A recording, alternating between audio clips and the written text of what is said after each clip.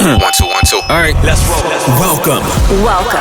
You're listening to the Saddle Up Podcast, where we discuss everything related to UTRGV athletics, past or present. We'll catch up with old teammates, friends, and take you down memory lane with exclusive interviews. This is the Saddle Up Podcast, The voice of your covered walkway streets. So dope. This is gonna be awesome. Stay tuned for new episodes every week. From Bronx Village to the Fieldhouse. We'll cover it all.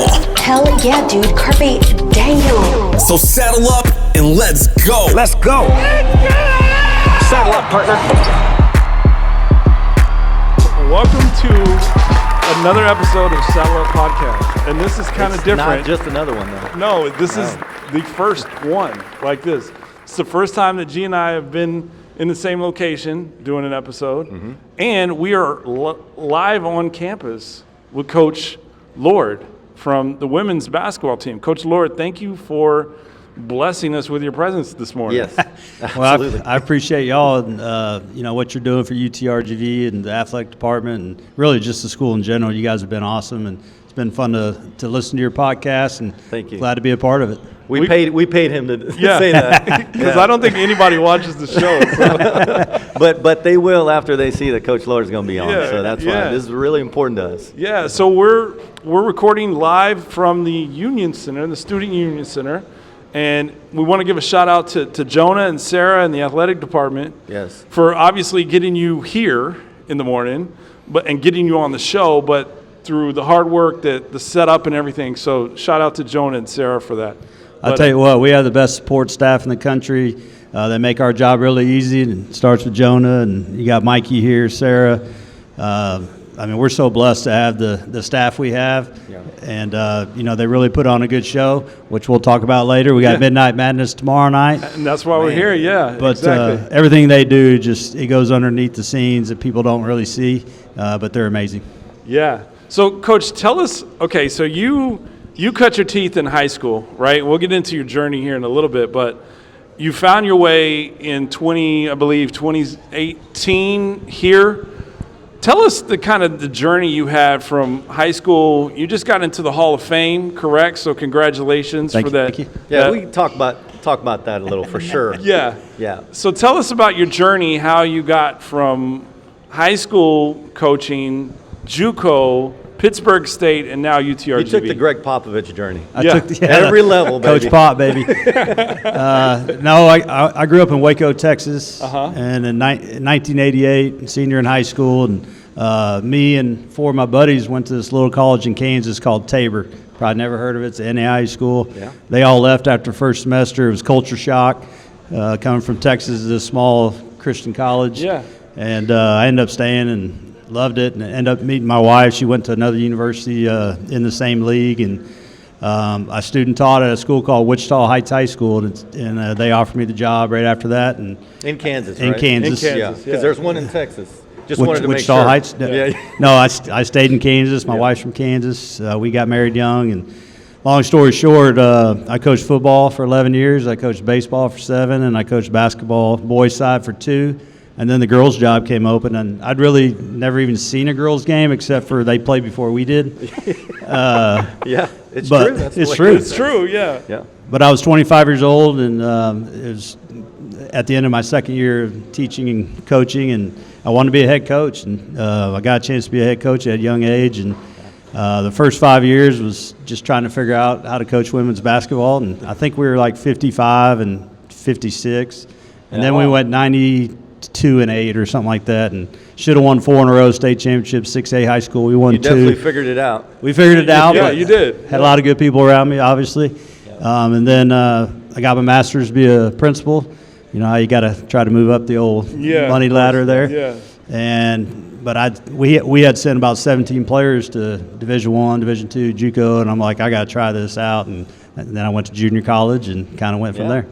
Awesome. So what junior college? Well, before we get into junior college, talk about the accomplishments in high school. I know you said 92-8. You just said that really nonchalantly. Yeah, really nonchalantly. That is a really great record. Well, I think we went 2 and 98 when I was playing at UTRGV. So when we hear 98-2 or 92-8, we're like, wait, Coach, that's pretty good. So what kind of happened recently? You know, did you get honored? I don't know. I mean, I'm just Well, this school- I'm just putting it out there. I don't know. I mean, Well, this high school that I Yeah. coached at is legendary. They had Yeah. Antoine Carr, Aubrey Sherrard, Darnell Valentine, Perry Ellis that played at Kansas. Yeah. It's a legendary Big time high men's school, basketball yeah. school and baseball for that matter. But this was the first state championship in 2002 that had been won since 1977, which was Darnell Valentine, who was in the NBA for a long time. And When G was born, yeah. yeah, 77. Did you say 77? 77. Yeah, yeah. So check this out, Coach. Elvis Presley died, and I was born that same year. Oh, that's a miracle. That Don't know what the explains correlation is, but That's awesome. That explains I was everything. 7. I was 7 in 77. But yeah, Elvis hasn't left the building. He's still here. Hey, So. well, G is a hunk of burning love. I tell that's you. right, man. But no, Wichita Heights is. I had some great mentors there, coaching football. Kind of learned how to do practice plans and all that. Our baseball coach was legendary. The men's basketball coach. When I got the girls' job, he got the boys' job. But we were the first team to win a state championship since 1977. Wow. In 2002, Yeah. and we were fortunate this weekend we got honored into the Wichita Heights Hall of Fame. So we had those players are now 38 to 40 years old. And they all came back. 11 of the 12 came back, all their families, and it was an awesome experience. Kudos. Kudos. Man, we to got a you. Hall of time. Famer. Got a Hall of Famer. Yeah. Yep, our second Hall of Famer. Second Hall of Famer. Yes, sir. No, third. Third. Who was the Third. first one? Neville Shedd was the first one. Neville Shedd, then And then Lon Coach Kruger, and Kruger. then you're in good And company, Coach Lord. Coach Lord. Yeah, there you go. Great company. I think old Coach Kruger's got me beat by a lot. Oh, no, absolutely not. So you went from, you said you journeyed into JUCO. You know, can you touch a little bit about how that JUCO experience? I know we talked about a little bit about the show. You know, and there's a lot of JUCO stories, obviously, that we can't mention on the air. But sure. when we Because of length of time. yeah, length of time. But when we talk about JUCO, when I think about JUCO, I think about, you know, how it shapes the individuals that we bring in. You know, it really turns them, you know, I think from like young men to, you know, like from boys to men. Right. From girls to women, you know, and it really shapes those kids. You have It is such a great different world. opportunity. It is a different animal, You have a yeah. great opportunity because you're such a close-knit family. That's right. How did you grow as a coach? You know, how was your experiences there in JUCO? Well, first of all, I can tell you when I was coaching in high school, I had black hair. I went to JUCO, it turned white. Yeah. So How about that? that's explains par everything. for the course, man. No, JUCO, what a great experience. You know, when you're in JUCO, you're a head JUCO coach, and you do it all. You're the Yes. trainer. You're the custodian. The therapist. You're the everything. therapist. You're the mental health professor. And you're the head coach. You don't have last, I the think. support staff that we have here at UTRGV. You pretty much have to learn how to do everything on your own, and that Yeah. includes recruiting, obviously, the most important piece. Yeah. But then, like you said earlier, it's all about the kids, and Yeah. if you love the kids and you treat them with respect, you know they'll play hard for you. And, Yeah. and that's They'll what it run was through a all wall. about in JUCO. Just Yeah. a lot of these kids just, you know, some of them don't have a great upbringing, and they need somebody to lean on. And, That's right. and But is it? Do you feel that it's just JUCO kids like that, or do you feel like it's all kids. now when you're the head coach and you're in the field house and you're coaching practice, do you take that same type of mentality? Like if you treat the kid right, they'll run through the brick wall for you. Like That's exactly right. Awesome. I believe that. I consider myself a player's coach, open door policy. We want our kids around the offices, around our coaches, and around the house, hanging out with my wife and I, swimming in the pool. That's I mean, amazing. it's all about relationships. That's why we're in this business. I know Yeah. that's why you're in this business and why you played the game. Why I played the game, yeah. It's all about relationships. Yeah, I'm definitely in this, and I'm really excited to go and jump in your pool later on today if the weather If gets the weather, better. yeah, It's going to if get you back up allow to, us. it'll be 90 If today. you'll- We're going after Midnight Madness. We're going to your pool. Let's go.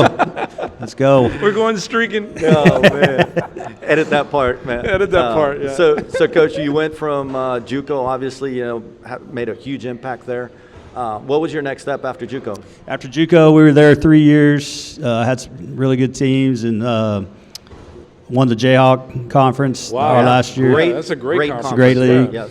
And then we were able to parlay that into Pittsburgh State, which is a Yeah. Division II, mostly known for football, the Gorillas. Yeah. Yeah. And I think when we got there, we were kind of at the bottom of the league, and we were able to get that turned around. And it took us 3 years or so, but then we That's the magic. That's Yeah. the magic. That's the recipe, 3 years. right? took us a little time, but we played in 5 straight NCAA tournaments, made it to the Elite Eight twice. Better coaching, we would have made it all the way. But and then after Pitt State, this job came open, and it took me 30 years to get back to Texas. I left in 1988 to go to Tabor.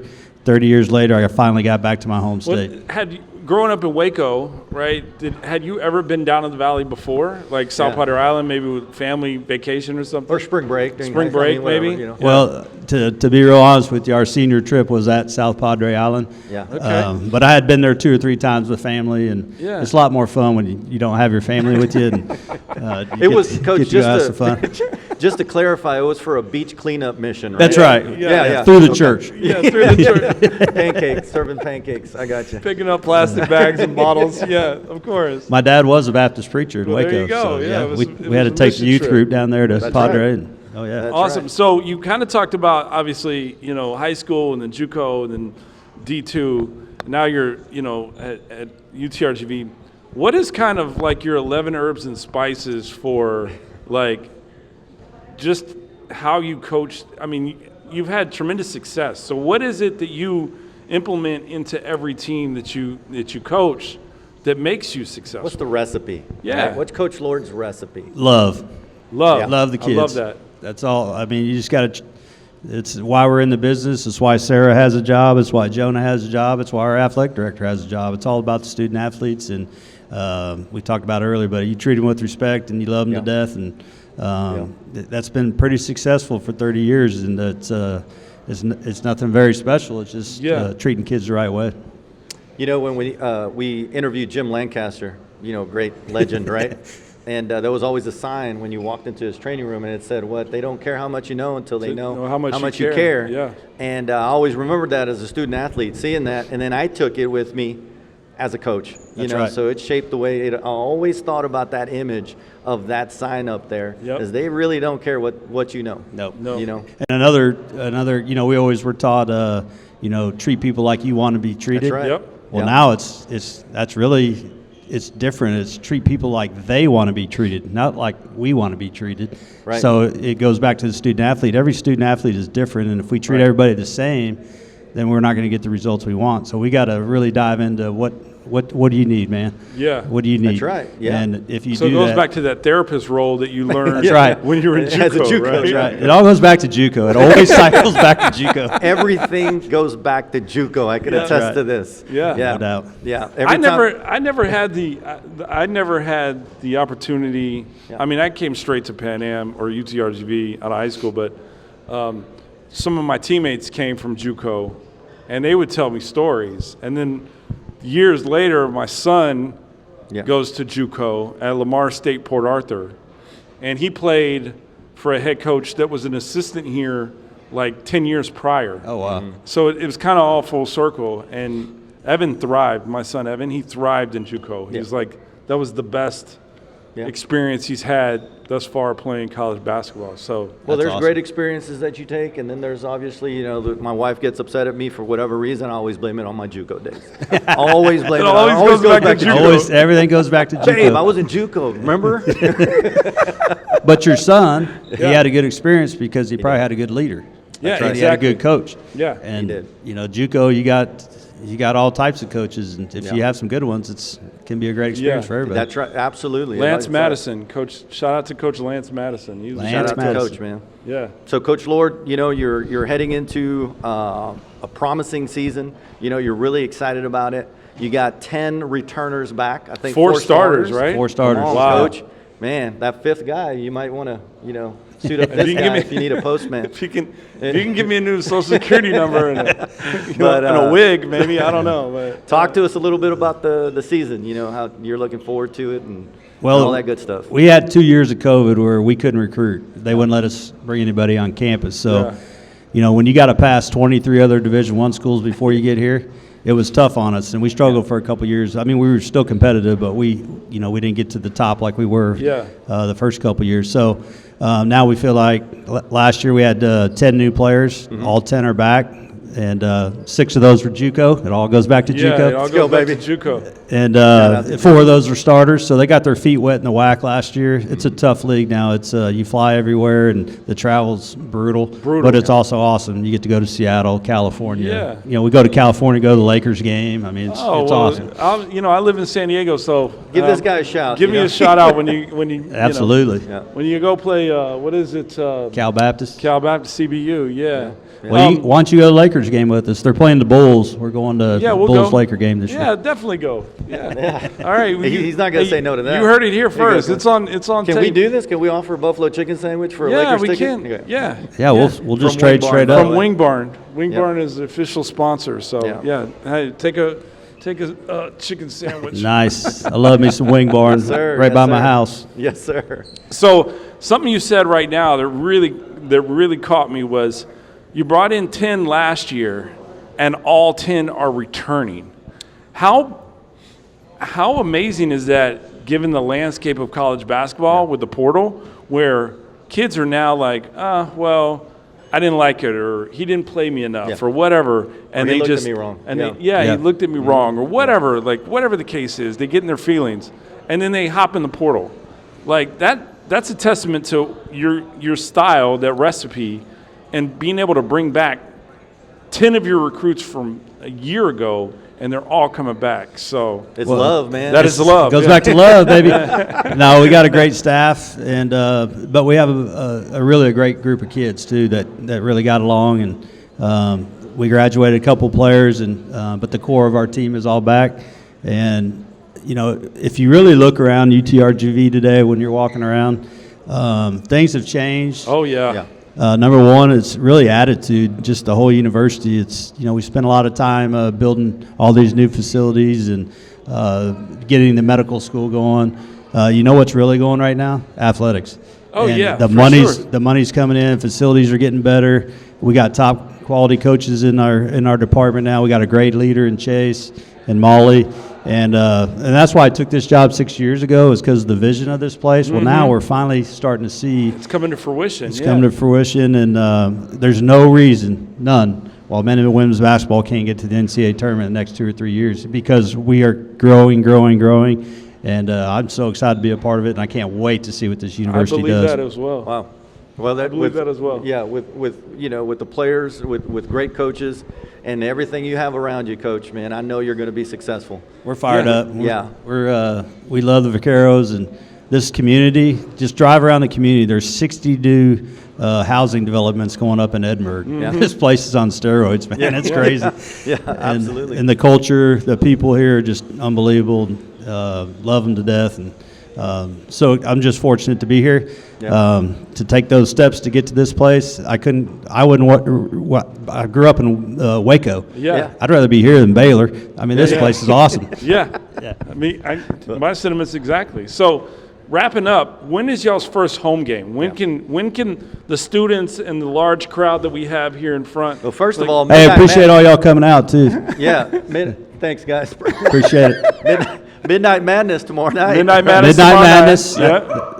Yeah, let's Yeah, go. let's go, baby. So all the students, it's our favorite day of the year. We'll have the field house packed out and get to meet the men and women's teams. We'll get to watch the sororities and fraternities dance, and Yeah. We'll get to see G throw out some T-shirts. I think we're judging, right? Saddle up. Celebrity, yeah. No, we're celebrity judges. we are celebrity judges. for the not dance contest. not we're judging, but we're. Oh no, we're not judging. Yeah. All right, now here's something you got to watch for tomorrow night. Okay. The women are on a 5-game winning streak over the men in the 3-point shooting contest. So I probably jinxed it. Okay. We just knocked on wood. Let's do Saddle it. up 5 good, years in a baby. row. Yeah. So But yeah, and then the first game. first game. Sorry about that. Yep. So we open up at Texas Tech November the 7th, and we come back home on the 10th, I believe, Yep. of November. We play Florida International in the Conference USA WAC Challenge. Nice. And are there still tickets available for a big game versus Texas this year? Texas, I believe the lower bowl's done, but the middle sections, we still got some tickets, and we're looking. I believe Bird Ogden holds about 9,300, right, Yeah, Jonas? Bird Ogden Somewhere Arena, around. yeah. Call UTRGV, call the athletic office. Yeah. That's right. Ask for tickets. Get your tickets for that big game at Bird Ogden against Yeah. Texas. We're trying to break the University of all-time Texas. attendance record Let's do and it. obviously it won't be at the field house, but we get a chance to show the top 10 team in the country coming Yeah. right down here to the Valley. That hadn't happened very often, and we're excited to show what we can do and really just showcase UTRGV to the country. That's amazing. Well, Coach Lord, thank you so much for joining us. Appreciate It you was guys. It was an honor to have you on the show. Great honor. You're welcome back anytime. Maybe next time we'll have to do it on Zoom, but we're not, but this is a great honor, and so. Well, I appreciate y'all. Y'all are awesome for our university.